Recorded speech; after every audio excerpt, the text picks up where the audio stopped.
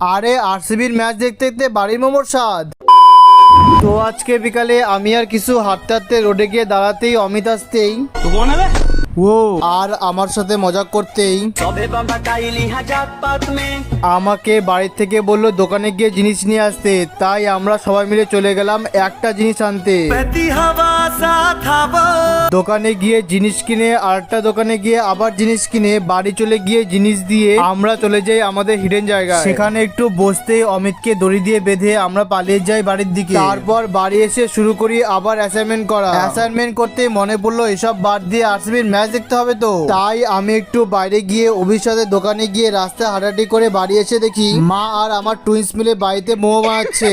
আর আমি খাওয়ার অপেক্ষা করতেই অ্যাসাইনমেন্ট করতে করতে আরসিবির ম্যাচ দেখতে মোমো এসে গেল, তাই একটা মোমো মুখে দিয়ে আহা হা হা কি স্বাদ। তারপর খাওয়া শেষ করতে দেখি আরসিবিও জিতে গেল। আজকে এতটুকুই, চলো গাইস টাটা।